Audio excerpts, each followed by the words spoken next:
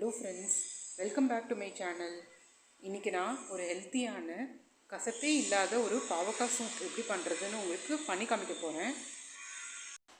வீடியோக்குள்ளே நம்ம போகிறதுக்கு முன்னாடி என்னோடய சேனலில் சப்ஸ்கிரைப் பண்ணாதவங்க சப்ஸ்கிரைப் பண்ணிக்கோங்க. கூடவே இருக்கிற பெல் ஐக்கானையும் ப்ரெஸ் பண்ணிக்கோங்க.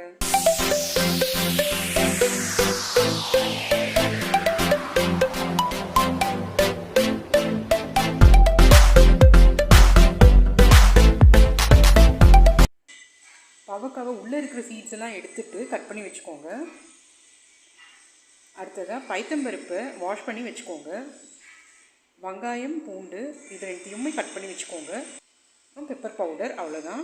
இப்போது ஒரு குக்கரில் டைரெக்டாக பண்ண ஆரம்பிச்சிடலாம். அதில் ஒரு குழிக்கரண்டி எண்ணெயை விட்டுக்கோங்க.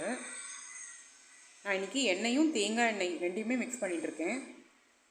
ஸோ எண்ணெய் சூடானதும் நம்ம வெங்காயத்தையும் பூண்டையும் போட்டு வதக்கிக்கலாம். அடுத்ததாக நம்ம பாவக்காய் வெட்டி வச்சுருக்கிற பாவக்காயை அதோடு சேர்த்துக்கலாம். சேர்த்துட்டு அந்த எண்ணெயிலே நல்லா வதக்கிக்கலாம்.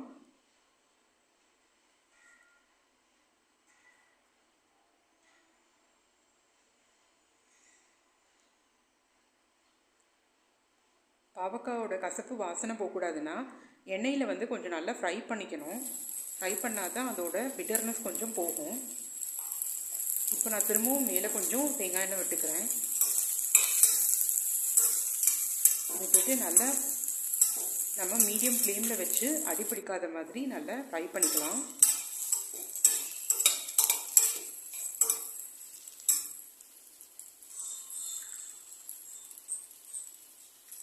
அடுத்ததாக தேவையான உப்பு போட்டுக்கலாம்.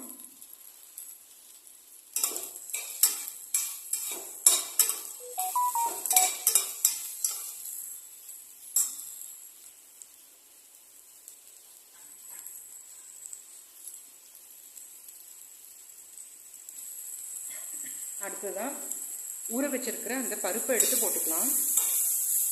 நான் ஒரு குழிக்கரண்டி எடுத்திருக்கேன். அதுவே இந்த குவான்டிட்டிக்கு போதுமானதாக இருக்கும்.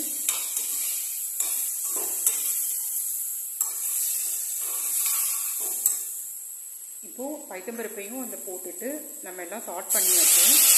இப்போ நம்ம தேவையான தண்ணி அதோடு விட்டுக்கலாம்.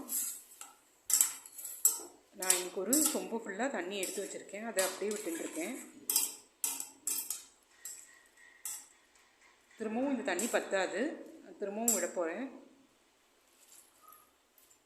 திரும்பவும் ஒரு 1/2 டம்ளர் விட்டுருக்கேன். டோட்டலாக பெரிய கிளாஸால் 2 கிளாஸ் நீங்கள் தண்ணி விடலாம். இதுக்கு விட்டுட்டு நம்ம குக்கரை மூடி வச்சுட்டு 2 விசில் வச்சு எடுத்துக்கலாம். இப்போ ப்ரெஷர் அடங்கிடுச்சு. ஓப்பன் பண்ணி பார்க்கலாம். இப்போ ஓப்பன் பண்ணியாச்சு. இப்போ நம்ம அந்த தண்ணியை ஃபில்டர் பண்ணியும் எடுத்துக்கலாம். அப்படி இல்லைன்னா அந்த பாவக்காவை மட்டும் அப்படியே நம்ம எடுத்து மிக்ஸி ஜாரில் போட்டுக்கலாம்.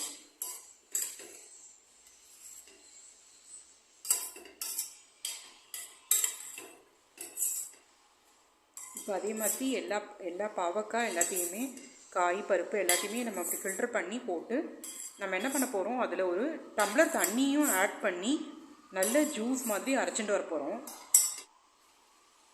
இப்போ பாருங்கள், நான் இப்போ அரைச்சிட்டு வந்துட்டு இந்த பழைய தண்ணியோடு நம்ம அதை ஆட் பண்ணிக்கலாம். இப்போ ரெண்டையுமா சேர்ந்து நல்லா கலக்கி கொடுங்க. இது கொஞ்சம் தண்ணியாக இருந்தால் தான் நல்லாயிருக்கும். அதனால் முடிஞ்ச வரைக்கும் கொஞ்சம் நிறையா வாட்டர் ஆட் பண்ணிக்கலாம்.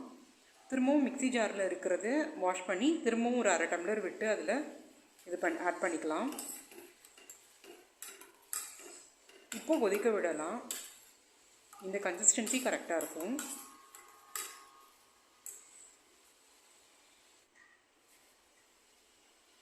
இப்போது நான் ஒரு 2 ஸ்பூன் கிட்ட பெப்பர் பவுடர் போட்டிருக்கேன்.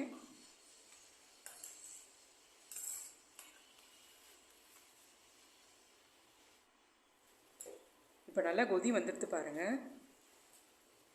மேலே நுரைச்சி வரும். இப்போ என்ன பண்ணணும்னா கொஞ்சம் வெல்லம் இருக்கு இல்லையா, அதை இப்போ ஆட் பண்ணணும் கடைசியாக. அப்போ தான் அந்த கசப்பு துளி கூட தெரியாது. உங்களுக்கு வெல்லம் பிடிக்கும்னா கொஞ்சம் நிறையாவே கூட ஆட் பண்ணிக்கலாம்.